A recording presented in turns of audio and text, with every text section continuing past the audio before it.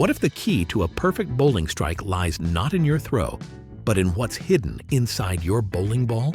Join us as we crack open the heart of a bowling ball to uncover secrets that revolutionize the sport. If you enjoy behind-the-scenes reveals like this, don't forget to like the video and subscribe for more eye-opening content. Bowling has roots that reach back thousands of years. Archaeologists found a set of wooden pins and a primitive ball in the grave of an Egyptian child, showing that a basic version of the game existed over 5,000 years ago. Even then, the appeal was clear. Roll a ball, aim for the target, and enjoy that feeling when everything falls just right. The materials were simple, solid wood for both pins and ball, yet the core idea remains unchanged. As time went on, people in different parts of the world found their own ways to play. The game's basics, aiming, rolling, and knocking things down, stayed the same, but the equipment slowly improved. By the late 19th century, bowling alleys began popping up indoors, especially in the United States. This move indoors brought a new level of organization, with leagues forming and the sport gaining popularity in cities. With more people playing and competition heating up, the need for better, more precise equipment became obvious. Early bowling balls were still made of wood, but as the game grew, manufacturers started looking for ways to improve performance and durability. The first big change came in the early 20th century when vulcanized rubber replaced wood. Rubber balls held up better under repeated use and gave players a more consistent roll. By the 1980s, polyurethane-covered balls arrived, gripping the lane much better than anything before. Each upgrade made it easier to control the ball and improved the chances of hitting a strike. But while the outer shell got plenty of attention, the real leap forward happened inside the ball. The focus shifted to what was hidden beneath the surface. Engineers and designers started experimenting with different materials and shapes for the core, searching for the perfect combination of weight and balance. Instead of a solid block of wood or rubber, modern balls use resin-based cores that can be shaped and weighted in precise ways.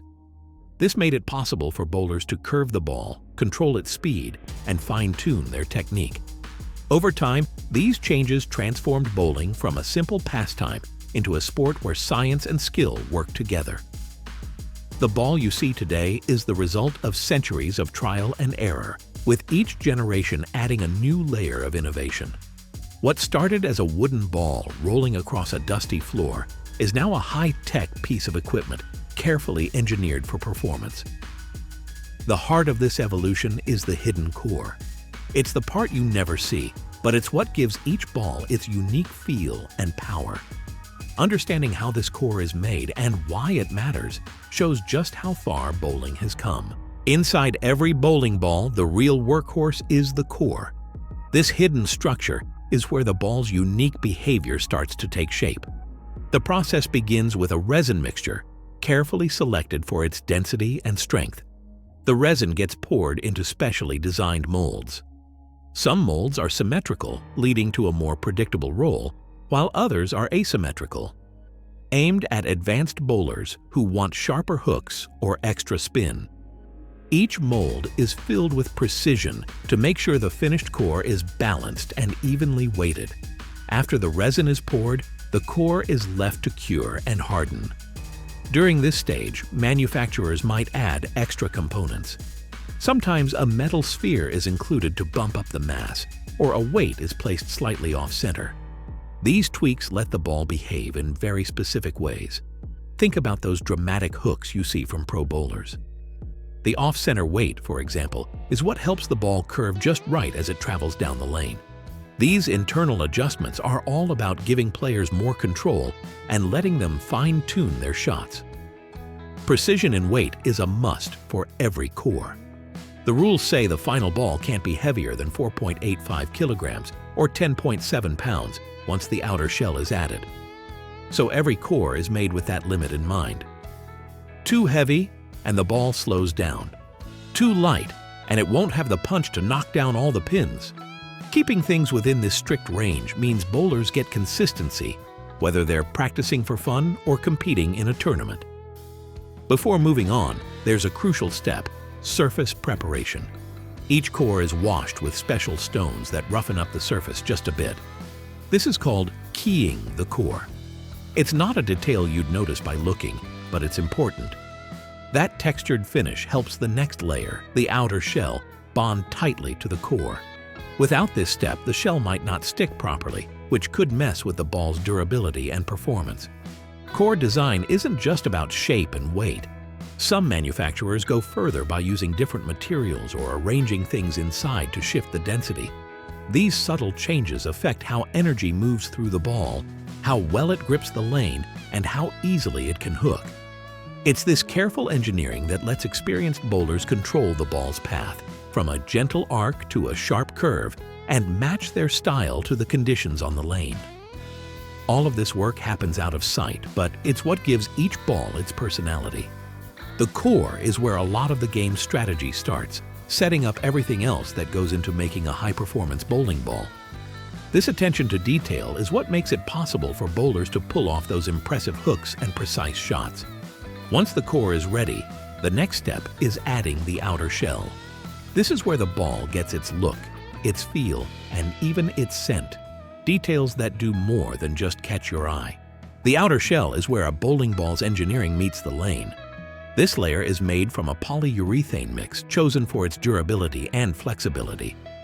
It's also where manufacturers get creative. Besides the classic swirl of colors, you'll find balls with scents like cinnamon, apple, lemon, and even amaretto.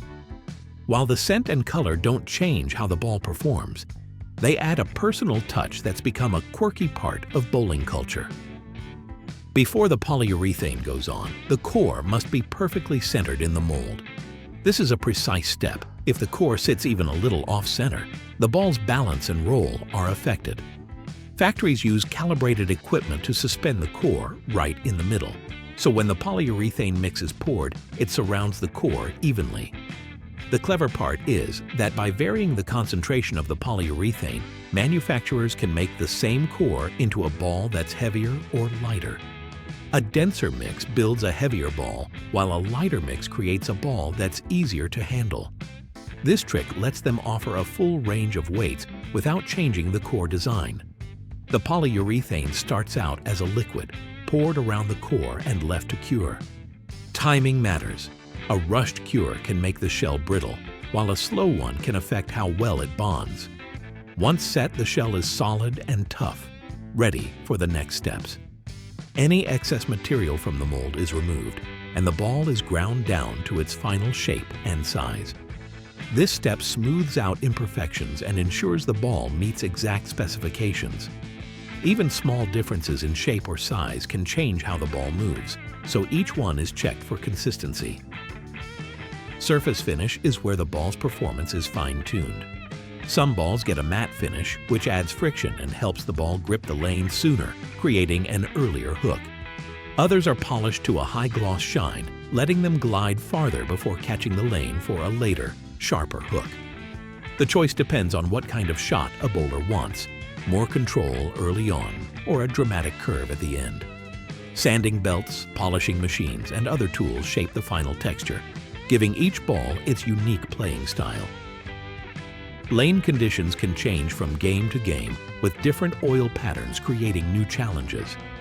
The outer shell's surface is what lets the ball read these conditions, gripping where it needs to or sliding through slick spots. A well-made shell helps bowlers adjust their shots and adapt to whatever the lane throws at them. This adaptability is one reason modern bowling balls are so much more versatile than their old wooden ancestors. Customization is the finishing touch. Swirl patterns, bright colors, and those unexpected scents let bowlers make their ball stand out. While these features don't affect the way the ball rolls, they've become part of the sport's identity and a way for players to show a bit of personality. The outer shell is more than just a protective layer. It's the key to how the ball interacts with the lane, holds up to repeated throws, and stays reliable from one game to the next. All these steps come together to create a piece of equipment that's as much about engineering as it is about style. With the ball now complete, it's easy to forget the complexity behind every throw. But next time you bowl, remember, every strike begins with a masterpiece of engineering, Understanding what goes into a bowling ball gives you a new perspective on the game. The two standout features, the precisely weighted core and the adaptive polyurethane shell, work together to control how the ball curves and reacts on the lane. Each step, from measuring the core to finishing the shell, is about getting the right balance and performance. That hidden engineering is what lets bowlers fine-tune every shot. If you found something in the process that surprised you, let us know in the comments. Don't forget to like and subscribe for more behind-the-scenes looks at everyday objects. Thanks for watching.